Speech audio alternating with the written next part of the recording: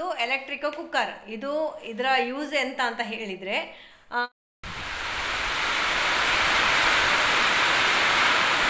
ಸಟ್ಟಗದಲ್ಲಿ ಕೈಯಲ್ಲಿ ಕಡ್ಡಿಯನ್ನು ಮುಟ್ಟಬಾರ್ದು ನಾವು. ಹಾಗೇನು ನೆಲ್ಲಿದ್ದು ಗ್ರೀನ್ ಚಟ್ನಿಯೊಂದಿಗೆ ಈಗ ಟಿಕ್ಕ ತಿನ್ನೋದು ಹೇಗಾಗ್ತದೆ ಹೇಳ್ತೇನೆ. ಒಂದು ಮರದಲ್ಲಿ ಒಂದು ಪಪ್ಪಾಯ ಎಲ್ಲೋ ಕಾಣ್ತಾ ಉಂಟು.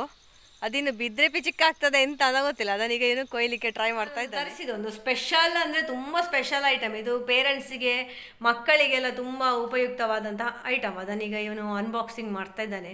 ಸಿದ್ಧಾರ್ಥ 2000 ಅಲ್ಲ, 1799. ಸಿದ್ಧಾರ್ಥನ ಅಮೃತ ಹಸ್ತದಲ್ಲಿ ಇದು ಓಪನಿಂಗ್ ಆಗ್ತಾ ಉಂಟು. Dan Dan Dan Dan. ಇಷ್ಟು ಸಣ್ಣದ ಯಬ್ಬಾ, ಬಿಸತ್ತಿಯನಾಗಿ ಬಿಸಾಡಬಾರ್ದಾ? ಸೌಟು ವ್ಯಾರಂಟಿ ಕಾರ್ಡಾ ಮಕ್ಕಳಿಗೆ ಕೂಡ ನೋಡಿ. ಒಂದು ಐಟಮ್ ಅಂತಂದ್ರೆ ಅದು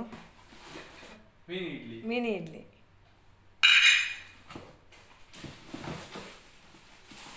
ಇದು ಮೇನ್ ಕಂಟೈನರ್.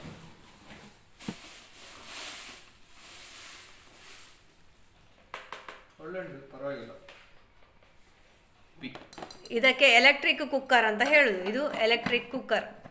ಇದರಲ್ಲಿ ನಮಗೆ ನೋಡಿ, ಇದು ಗ್ಲಾಸ್, ಇದು ಮುಚ್ಚಳ ಉಂಟು. ಇದಕ್ಕೆ ನಮಗೆ ಬಾಯ್ಲ್ ಆಗೋದು ಬೇಯುವುದೆಲ್ಲ ಇಲ್ಲಿಯೇ ಕಾಣ್ತದೆ ಕಣ್ಣಿಗೆ ಸುಲಭದಲ್ಲಿ. ಮತ್ತು ಇದರಲ್ಲಿ ನಮಗೆ ಅನ್ನ ಬೇಯಿಸ್ಲಿಕ್ಕೆ ಆಗ್ತದೆ. ಇಲ್ಲಿ ಇಡಬೇಡ ಒಮ್ಮೆಲೆ. ಇದರಲ್ಲಿ ಅನ್ನ ಬೇಯಿಸ್ಲಿಕ್ಕೆ ಆಗ್ತದೆ. ಮತ್ತು ಒಂದು ಸೆಟ್ ಇಡ್ಲಿ ನಿಲ್ಲು ಮಾರಾಯ. ಇದರಲ್ಲಿ ಅನ್ನ ಬೇಯಿಸ್ಲಿಕ್ಕೆ ಆಗ್ತದೆ, ಆಮ್ಲೆಟ್ ಮಾಡ್ಲಿಕ್ಕೆ ಆಗ್ತದೆ. ಮತ್ತೆ ಇಡ್ಲಿ. ನಿಲ್ಲು ಒಂದು ನಿಮಿಷ, ನಾನು ಮಾತಾಡ್ತಾ ಇದ್ದೇನೆ. Egg boil. ಒಂದು ಎಲೆಕ್ಟ್ರಿಕ್ ಕುಕ್ಕರ್. ಇದರ ಯೂಸ್ ಎಂತ ಅಂತ ಹೇಳಿದರೆ, PGಯಲ್ಲಿ ಹಾಸ್ಟೆಲಲ್ಲಿ ಇರುವಂತಹ ಮಕ್ಕಳಿಗೆ ಈಗ ಅಲ್ಲಿದು ಊಟ ಸೇರುವುದಿಲ್ಲ, ಎಂತ ಮಾಡಲಿಕ್ಕೆ ಆಗುವುದಿಲ್ಲ ಅಂತ ಇರುವಾಗ ಇದರಿಂದ ತುಂಬ ಪ್ರಯೋಜನ ಉಂಟಾದೆ. ಸೊ ಇದರಲ್ಲಿ ನಾನಿನ್ನು ಬೇರೆ ಬೇರೆ ರೀತಿಯಾದಂತಹ ಐಟಮ್ಗಳನ್ನು ಮಾಡಿ ನಿಮಗೆ ತೋರಿಸ್ಲಿಕ್ಕಿದ್ದೇನೆ. ಸುಲಭದಲ್ಲಿ ಮಕ್ಕಳು ಹಾಸ್ಟೆಲಲ್ಲಿ ಅಥವಾ PGಯಲ್ಲಿ ಅಥವಾ ರೂಮಲ್ಲಿ ಇದ್ದುಕೊಂಡು ಹೇಗೆ ಅಡುಗೆಯನ್ನು ಅವರೇ ತಯಾರಿಸಿಕೊಳ್ಬಹುದು ಅಂತ ಹೇಳಿ, ಅದಕ್ಕೆ ನಾವು ಮನೆಯಲ್ಲಿ ಕೆಲವು ಐಟಮ್ಸ್ ಎಲ್ಲ ಅವರಿಗೆ ಪ್ರೀಮಿಕ್ಸ್ ರೆಡಿ ಮಾಡಿ ಕೊಟ್ಟರೆ ಅವರೇ ಮಾಡಲಿಕ್ಕೆ ಆಗ್ತದೆ. ಸೊ ಪ್ರಾಕ್ಟಿಕಲ್ ಆಗಿ ಫಸ್ಟಿಗೆ ನಾನು ಇಲ್ಲಿ ಮಾಡಿ ನೋಡಿ ಮತ್ತೆ ನನ್ನ ಮಗಳಿಗೆ ಇದನ್ನು ಕೊಡಬೇಕು. ಈ ಥರ ಎಲ್ಲ ಉಂಟು ಆಪ್ಷನ್ ಎಲ್ಲ. ಮತ್ತು ಇಲ್ಲಿ ವಯರ್ ಉಂಟು ಸಿಕ್ಕಿಸಲಿಕ್ಕೆ. ಎಂತ ಹೇಳೋದು ಇದಕ್ಕೆ, ಸಾಕೆಟ್ ಹೇಳೋದು. ಹಾಗೆ ಇದು ನಾನು ತಗೊಂಡದ್ದು ನಾನ್ ಸ್ಟಿಕ್ ಆಯಿತು. ಇದರಲ್ಲಿ ಸ್ಟೀಲ್ ಕೂಡ ಬರ್ತದೆ. ಸೊ ಇದರಲ್ಲಿ ಬಾಯ್ಲ್ ಮಾಡಲಿಕ್ಕೆ ಆಗ್ತದೆ. ನೀರು ಬಾಯ್ಲ್ ಮಾಡ್ಬೋದು, ಹಾಲು ಕುದಿಸ್ಬಹುದು, ಅನ್ನ ಬೇಯಿಸ್ಬಹುದು, ನೂಡಲ್ಸ್ ಮಾಡಬಹುದು, ಆಮ್ಲೆಟ್, ದೋಸೆ ಎಲ್ಲ ಸಹ ಮಾಡ್ಬೋದು. ನಾವು ಆಮ್ಲೆಟ್ ಮಾಡೋದಿಲ್ಲ, ಬೇರೆ ಬೇರೆ ಐಟಮ್ಸ್ ಮಾಡ್ತೇವಲ್ಲ, ಅದೆಲ್ಲ ಇದರಲ್ಲಿ ಮಾಡ್ಲಿಕ್ಕೆ ಆಗ್ತದೆ. ಪಾಸ್ತಾ ಇಂಥದ್ದೆಲ್ಲ ಮಾಡ್ಲಿಕ್ಕೆ ಆಗ್ತದೆ. ನೋಡಿ, ಚಂದದ ಇಡ್ಲಿ 3 ಮಿನಿಟ್ಸಲ್ಲಿ ಬೇಯ್ತದೆ. ಸೊ 2 ಸರ್ತಿ ಬೇಯಿಸಿದರೆ ಅವರಿಗೆ ಸಾಕಾಗ್ತದೆ. ಹಾಗೆ ಅದರಲ್ಲಿ ಉಂಟಲ್ಲ, ಇದು ಈ ಪಾರ್ಟಲ್ಲಿ ಗ್ರೇವಿ ಸಹ ಎಲ್ಲ ಮಾಡ್ಬೋದು, ಸಾರು ಮಾಡ್ಬೋದು, ಬೇಳೆ ಬೇಯಿಸ್ಬೋದು, ಅದೆಲ್ಲ ಮಾಡ್ಬೋದು ಅವರಿಗೆ. ಮತ್ತು ಅದು ಬೇಯ್ತಾ ಇರುವಾಗ ಇದರಲ್ಲಿ ಈಗ ವೆಜಿಟೇಬಲನ್ನು ಅವರು ಸ್ಟೀಮ್ ಬರೆಸ್ಲಿಕ್ಕೆ ಇಡ್ಬೋದು, ಮೊಮೋಸ್ ಮಾಡ್ಬೋದು. ಹಾಗೆ ಸ್ಟೀಮ್ ಮಾಡಲಿಕ್ಕೆಲ್ಲ ಇದರಲ್ಲಿ ಇಡ್ಬೋದು. ಹೇಗೆ ಇಡೋದು ನೋಡುವ. ಈಗ ನೋಡಿ, ಈ ಪಾತ್ರೆಯ ಮೇಲೆ ಇದನ್ನು ಹೀಗೆ ಇಡೋದು ನೋಡಿ. ಹೀಗೆ ಇಟ್ಟೇವಲ್ಲ, ಹೀಗೆ ಇಟ್ಟ ನಂತರ ಇದನ್ನು ಹೀಗೆ ಮುಚ್ಚೋದು. ಸೊ ಇದು 2 ಒಟ್ಟಿಗೆ ಚಂದ ಮಾಡಿ ಬೇಯ್ತದೆ. ಕೂಡ ಉಂಟು, ಒಂದು ಮ್ಯಾನ್ಯುವಲ್ಸ್ ಉಂಟು. ನಿಮಗೆ ನಾನು ಇದರಲ್ಲಿ ಕುಕ್ಕಿಂಗ್ ಮಾಡಿ ತೋರಿಸ್ತೇನೆ. ಅಷ್ಟಾಗುವಾಗ ನಿಮಗೆ ಸಹ ಗೊತ್ತಾಗ್ತದೆ. ನಿಮ್ಮ ಮಕ್ಕಳನ್ನು ದೂರ ಕಳಿಸ್ಲಿಕ್ಕಿದ್ರೆ ಹೇಗೆ ಫುಡ್ಡು ಏನು ಅಂತೆಲ್ಲ ಹೆದರಿಕಿದ್ರೆ ಅಲ್ಲಿ ಪರ್ಮಿಷನ್ ಇದ್ದರೆ ಇಂಥದ್ದನ್ನು ಮಾಡ್ಬೋದು. ಕೆಲವು ಕಡೆ ಎಲ್ಲ ಕೊಡ್ತಾರೆ, ಕ್ಯಾಟಲಿಗೆಲ್ಲ ಬಿಸಿನೀರೆಲ್ಲ ಬೇಕಾಗ್ತದಲ್ಲ, ಕ್ಯಾಟಲ್ ಇಂಡಕ್ಷನ್ಗೆಲ್ಲ ಇದು ಕೊಡ್ತಾರೆ ಪರ್ಮಿಷನ್. ನೋಡಿ ಚಂದ ಉಂಟು. ಇದರಲ್ಲಿ ಒಂದು ನೋಡಿ, ಇದು ಎಗ್ ಬಾಯ್ಲರ್ ಅಂತೆ.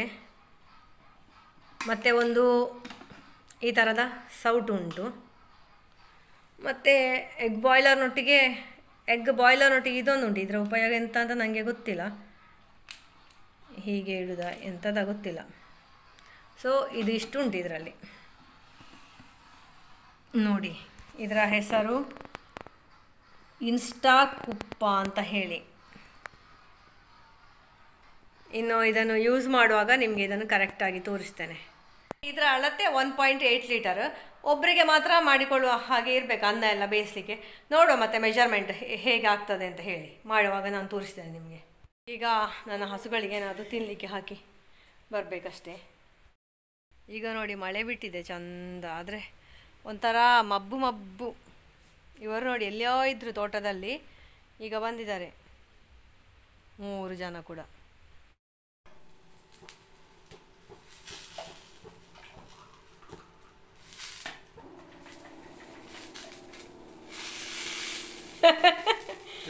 ಕಟ್ಟಾನು ಅದನ್ನೇ ನೋಡಿ ಹೀಗೆ ಕಾವಲಿಯಲ್ಲಿ ಆಚೆ ಈಚೆ ರೋಲ್ ಮಾಡಬೇಕು, ಸಟ್ಟಗದಲ್ಲಿ ಕೈಯಲ್ಲಿ ಕಡ್ಡಿಯನ್ನು ಮುಟ್ಟಬಾರ್ದು ನಾವು. ಹಾಗೆ ನೋಡಿ ನೋಡಿ ಈ ಥರ ರೋಲ್ ಮಾಡಬೇಕು. ಈಗ ಇನ್ನೊಂದು ಇಡ್ತೇನೆ. ಇವತ್ತು ಮಧ್ಯಾಹ್ನದ special recipe soya chunk tikka. ನೋಡಿ ಇಲ್ಲಿ ಮ್ಯಾರಿನೇಟ್ ಮಾಡಿದ್ದೇನೆ. ಇಲ್ಲಿ ಒಂದು ಬಿಸಿ ಆಗ್ತಾ ಉಂಟು.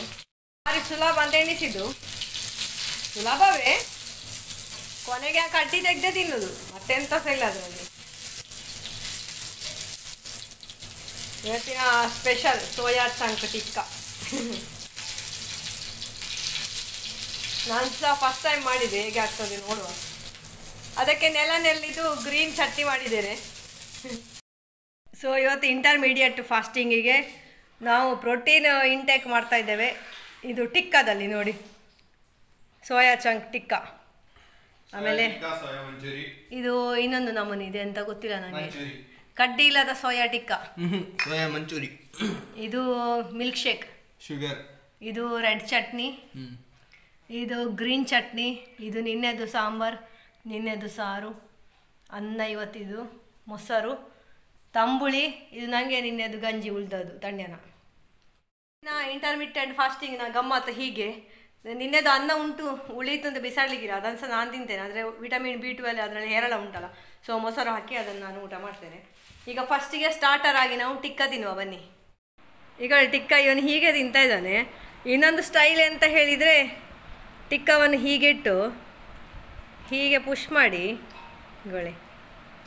ಹೀಗೆ ಪುಷ್ ಮಾಡೋದು ಮಾಡಿ, ಒಂದು ಸೈಡಲ್ಲಿ ಚಟ್ನಿ ಇರ್ತದಲ್ಲ, ಸೂಪರ್ ಆಗಿದೆ. ಇದು ಹೋಟೆಲ್ನ ಟೇಸ್ಟೇ ಬಂದಿದೆ ಟಿಕ್ಕದು. ನಾನು ಪನ್ನೀರ್ ಟಿಕ್ಕಾ ತಿಂದೆ, ಸೋಯಾ ಟಿಕ್ಕಾ ಫಸ್ಟ್ ಟೈಮ್ ತಿನ್ನೋದು. ಸೋಯಾ ನನಗೆ ಅಷ್ಟು ಇಷ್ಟ ಅಲ್ಲ, ಆದರೆ ಸಹ ಪರವಾಗಿಲ್ಲ. ಇವನಿಗೆ ಹೇಗಾಗಿದೆ?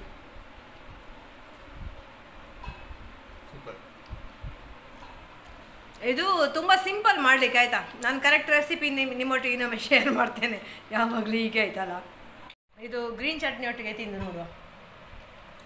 ಒಳ್ಳೆ ಸೈಡಲ್ಲಿ ಯಾಕೆ ಅಕ್ಕಿ ಉರ್ಚಿಲ್ಲ.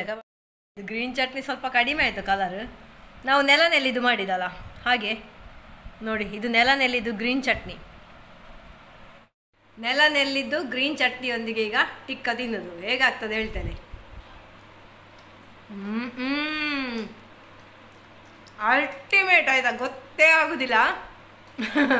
ಸ್ವಲ್ಪ ಕಡಿಮೆ ಆಯಿತು ನೆಲ್ಲಿ ಅಂದರೆ green colour, but same type ನಾನು ಹೋಟೆಲಲ್ಲಿ ತಿಂದಿದ್ದೇನೆ.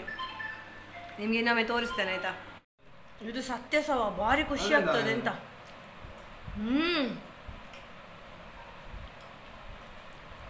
ಬ್ಯೂಟಿಫುಲ್ ಲಂಚ್ ಇವತ್ತಿದು. ಇಂಟರ್ಮಿಟೆಂಟ್ ಫಾಸ್ಟಿಂಗ್ನ ಊಟ ಆಯಿತು ಮಾರ್ರೆ. ನನಗೆ ಆಶ್ಚರ್ಯ ಆಗ್ತದೆ, ನಾನು ಊಟ ಮಾಡಿದ್ದೆ ಅಂತ ಒಂದು ಮಿಲ್ಕ್ ಶೇಕ್ ಕುಡಿದೆ, ಮತ್ತು ಅದು ಸೋಯಾ ಟಿಕ್ಕಿ ತಿಂದೆ, ಮತ್ತು ನಿನ್ನೆದು ತಂಗಳ ಅನ್ನಕ್ಕೆ ಸ್ವಲ್ಪ ಸಾಂಬಾರು ಹಾಕಿ, ಮಜ್ಜಿಗೆ ಹಾಕಿ, ಮೊಸರು ಹಾಕಿ ಮಿಕ್ಸ್ ಮಾಡಿ ಅದನ್ನು ತಿಂದೆ. ನನಗೆ ಹೊಟ್ಟೆ ಹೆವಿ ಆಗ್ತಾ ಉಂಟು. ಈಗ ಅವರು ವೆಯ್ಟ್ ಲಾಸ್ಗೆಲ್ಲ ರೆಕಮೆಂಡ್ ಮಾಡೋದುಂಟಲ್ಲ, ಸಂಜೆ ಪುನಃ ಪ್ರೋಟೀನ್ ಲೋಡೆಡ್ ಫುಡ್ ತಿನ್ನಲಿಕ್ಕೆ ಹೇಳ್ತಾರೆ ಮಾರೆ. ನನಗೆ ಈಗ ಇಷ್ಟು ತಿಂದು ನಾಳೆ ಬೆಳಿಗ್ಗೆ 11 ಗಂಟೆವರೆಗೆ ಸಹ ತಲೆ ಬಿಸಿ ಇಲ್ಲ ಅನ್ನುವ ಮಟ್ಟಿಗೆ ಆಗಿದೆ. ಒಬ್ಬ ದೇವರೇ, ನನಗೆ ಹೊಟ್ಟೆ ಇಡೀ ಇದಾಗ್ತಾ ಉಂಟು ಈಗ. ಅದು ಮಿಲ್ಕ್ ಶೇಕ್ ಒಂದು ಎಕ್ಸ್ಟ್ರಾ ಆಯಿತು, ಅದು ಇವನು ತಂದದ್ದು ಹೋಗಿ. ಇದು ಓರಿಯೋ ತಂದು ಹಾಲಿನಲ್ಲಿ ಮಾಡಿದ್ದು, ಓರಿಯೋ ಬಿಸ್ಕೆಟಲ್ಲಿ ಮಿಲ್ಕ್ ಶೇಕ್ ಮಾಡಿದವನು.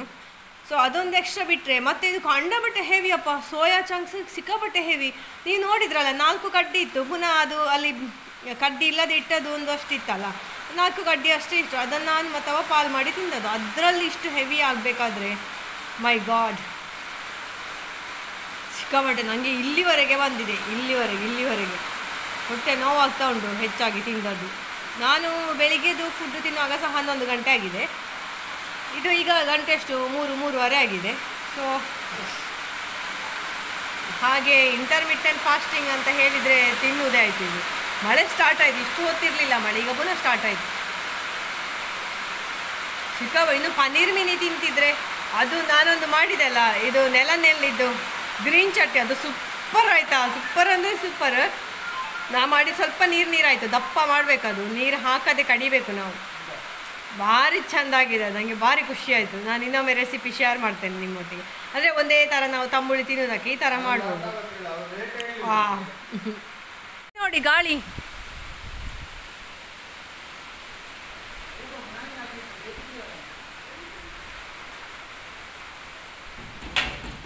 ನಮ್ಮ ಕರುಗಳು ಎಲ್ಲಿಗೆ ಹೋಗಿದೆ ಅಂತ ಗೊತ್ತಿಲ್ಲ ಆಯ್ತಾ.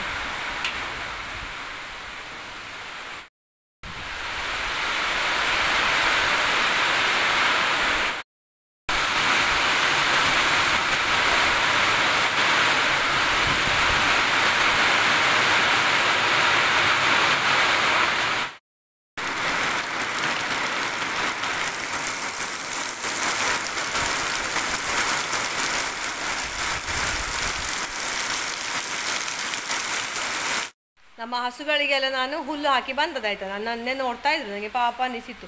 ಅಲ್ಲಿಂದ ಇಲ್ಲಿಗೆ ಬರುವಾಗ ಜೋರು ಗಾಳಿಯೋ ಗಾಳಿ. ಅಂದರೆ ನಾನು ಹಿಂಡಿ ಸ್ವಲ್ಪ ನೆನೆಸ್ಲಿಕ್ಕೆ ಹಾಕಿ ಬಂದದ್ದು. ಸೊ ಈಗ ಅದು ನೆನೆದಿರ್ಬೋದು. ಇನ್ನು ಹಿಂಡಿ ಕೊಟ್ಟು ಅವರಿಗೆ ಮಲಗಲಿಕ್ಕೆಲ್ಲ ರೆಡಿ ಮಾಡಿ ಬರುವುದು. ನನ್ನ ಕರುಗಳು ಬರಲೇ ಇಲ್ಲ ಅಂತ, ಯಾವ ಕಡೆಗೆ ಹೋಗಿದಾರಂತವೇ ಗೊತ್ತಿಲ್ಲ. ಭಯಂಕರ ಧೈರ್ಯದವರು ಮಾರ್ರೆ, ರೌಡಿಗಳದು. 3 ಸಹ ಹೋಗಿದೆ ಹೊರಗೆ, ಹಸಿವೆ ಸಹ ಇಲ್ಲವ ಅಂತ, ಎಂಥ ಅವಸ್ಥೆ ಗೊತ್ತಿಲ್ಲ. ಹಾಗೆ ಅವರನ್ನೇ ನೋಡ್ತಾ ಇದ್ದೇನೆ, ಅವರು ಬರ್ತಾರ ಅಂತ ಹೇಳಿ. ನೋಡುವ, ಬಂದ ಮೇಲೆ ಅಪ್ಡೇಟ್ ಮಾಡ್ತೇನೆ. ದಿವಸದ ನಮ್ಮ ಕೊನೆಯ ಕೆಲಸ ನೋಡಿ, ಅಲ್ಲಿ ಒಂದು ಮರದಲ್ಲಿ ಒಂದು ಪಪ್ಪಾಯ ಎಲ್ಲೋ ಕಾಣ್ತಾ ಉಂಟು. ಅದಿನ್ನು ಬಿದ್ದರೆ ಪಿಚಿಕ್ಕಾಗ್ತದೆ ಎಂತ ಅಂತ ಗೊತ್ತಿಲ್ಲ. ಅದನ್ನೀಗ ಏನು ಕೊಯ್ಲಿಕ್ಕೆ ಟ್ರೈ ಮಾಡ್ತಾ ಇದ್ದಾನೆ. ಸೊ ಕ್ಯಾಚ್ ಹಿಡಿಲಿಕ್ಕೆ ಆಗ್ತದ ನೋಡ.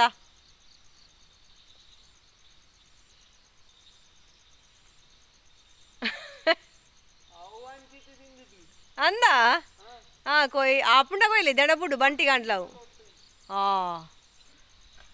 ಅದಕ್ಕೆ ಎಂಚ ಗೊತ್ತಾಪುಣುಂತು ನಾನ್ ಸೆನ್ಸ್ ಅಂದ ಹೋದ್ರಿ ಆ ಪ್ರೇಂಟ ಬಿಡು.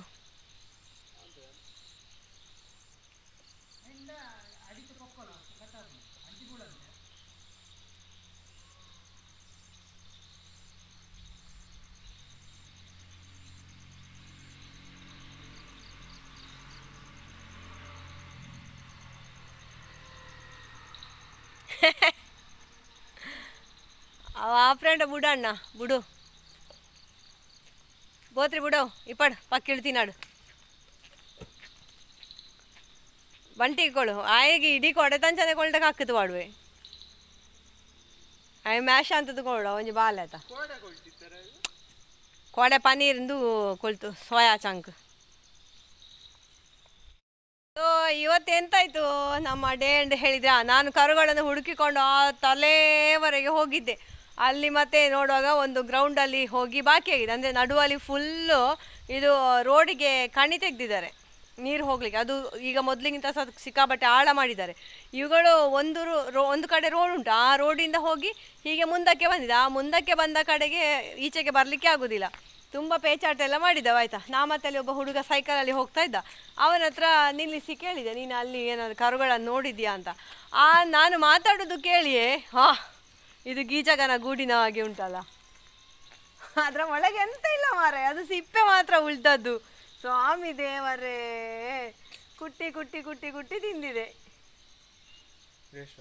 ವೇಸ್ಟ್ ತಿಂದೆ ನೀರು ಮೂರುಣ ಅವಳೆ ಬೂಟ ಇವತ್ತು ಮೊಲ್ಲೆ ಆಪುಣ ಗೊತ್ತಿದ್ದವು. ಅದು ಒಂದು ಅನ್ನಿಲ್ಲ, ಅದು ಕತೆ ಹೇಳ್ತೇನೆ. ಬೋರಿಗಳು ನಂತರ ನನ್ನ ಸ್ವರ ಕೇಳಿ ಬ್ಯಾ ಅಂತ ಹೇಳ್ತಾಳೆ ವೃಂದ. ಮತ್ತೆ ನಾನು ಅದು ರೋಡು ಈ ಕಣಿಯನ್ನು ದಾಟಿ ಆಚೆಗೆ ಹೋಗುವ ರೋಡು ಎಲ್ಲಿವರೆಗೆ ಉಂಟು ಅಲ್ಲಿವರೆಗೆ ಸಹ ನಡ್ಕೊಂಡು ಹೋಗಿ ಅಲ್ಲಿಗೆ ಅವರಿಗೆ ತೋರಿಸಿ, ಮಕ್ಕಳೇ ಇಲ್ಲಿಂದ ಬರಲಿಕ್ಕೆ ಆಗ್ತದೆ ಅಂತ ತೋರಿಸಿ ಮತ್ತೆ ಶಂಭುವನ್ನು ಇಟ್ಕೊಂಡು ಬಂದೆ. ಶಂಭು ನನ್ನ ಹತ್ರ ಬಂದು ನಿಂತ. ಬಂಗಾರು ಪಲಾಯನಕ್ಕೆ ನೋಡುದು, ಅವ ಭಯಂಕರ ಇದ್ದಾನೆ ಆಯಿತಾ. ಶಂಭು ಬಂಗಾರ ಇದ್ದಾನಲ್ಲ, ಅವ ಭಯಂಕರ ಜೋರಿದ್ದಾನೆ. ಸೊ ಅವನಿಗೆ ಅಂದರೆ ನನ್ನ ಹತ್ರ ಅಟ್ಯಾಚ್ಮೆಂಟ್ ತುಂಬ ಕಡಿಮೆ ಅವನಿಗೆ. ಹಾಗೆ ಮತ್ತು ಶಂಭುವನ್ನು ಇಟ್ಕೊಂಡು ಬಂದೆ. ಮತ್ತೆ ಎಲ್ಲರೂ ಸಹ ಬಂದರು. ಹಾಗೆ ಅವರನ್ನು ಕರ್ಕೊಂಡು ಬಂದು ಹಿಂಡಿ ಎಲ್ಲ ಕೊಟ್ಟು ಹುಲ್ಲೆಲ್ಲ ಹಾಕಿ ಕಟ್ಟಿ ಎಲ್ಲ ಆಯಿತು. ಇವತ್ತಿನ ಡೇ ಎಂಡ್ ಹಾಗಾಯಿತು. ಆಮೇಲೆ ಈಗ ಪಪ್ಪಾಯಿದು ಕೆಲಸ ನೋಡಿದ್ರಲ್ಲ ನೀವು. ಸೊ ಅದು ಹೇಗೆ ತಿಂದಿದೆ ಹೇಳಿದೆ, ಅದಕ್ಕೆ ಬೇಕಾದಷ್ಟೇ ತಿಂತಾ ಉಂಟು. ನಡುವಿಂದ ತಿಂತಾ ಬಂದು ಅದು ಸಿಪ್ಪೆ ಮಾತ್ರ ಹೀಗೆ ಬಿಟ್ಟಿದ್ದಾಯ್ತಾ, ನೋಡಿ ಅದೊಂದು ಬುದ್ಧಿವಂತಿಕೆ ಅಲ್ಲ. ಅದು ತುಂಬ ದೊಡ್ಡದಾಗ್ತಿತ್ತಾಯ್ತಾ, ಸಾಧಾರಣ ನನ್ನ ಇಷ್ಟು ಕೈ ಕೊಳಿ ಇಲ್ಲಿಂದ ಮೇಲಿಂದ ಇಷ್ಟು ಉದ್ದ ಆಗ್ತಿತ್ತು, ಅಷ್ಟು ದೊಡ್ಡದಾಗ್ತಿತ್ತು ಅದು. ಈ ಸತಿ ಅದು ಮೇಲೆ ಮೇಲೆ ಹೋದಾಗಿ ಇಷ್ಟು ಸಪರಾಗಿದೆ, ಮತ್ತು ಎಲೆಯನ್ನು ಎಲ್ಲ ಮಂಗ ತಿಂದು ಹಾಳು ಮಾಡಿ ಹಾಕಿದೆ. ಬೇಜಾರಾಗ್ತದೆ ಬಿಡಿ, ನನ್ನ ಈ ಕತೆ ಕೇಳಿ ಹೇಳಿ ಪ್ರಯೋಜನ ಇಲ್ಲ. ಇವತ್ತಿನ ವ್ಲಾಗ್ ನಾವು ಎಂಡ್ ಮಾಡುವ. ಸೊ ನಾಳೆ ಇನ್ನು ಸ್ಪೆಷಲ್ ಜೋಶಲ್ಲಿ ಬರ್ತೇನೆ. ಹಾಗೆ ನಿಮಗೆಲ್ಲ ಇಷ್ಟ ಆಗಿದೆ ಅಂತ ಅಂದ್ಕೊಂಡಿದ್ದೇನೆ. ಲೈಕ್ ಮಾಡಿ, ಶೇರ್ ಮಾಡಿ, ಹಾಗೆ ಕಾಮೆಂಟ್ ಮಾಡಿ. ಫಸ್ಟ್ ಟೈಮ್ ನೋಡೋರಾಗಿದೆ ಸಬ್ಸ್ಕ್ರೈಬ್ ಮಾಡಿ. Thank you for watching. Take care. Bye bye. Stay happy, healthy and fit. ಜೈ ಶ್ರೀರಾಮ್.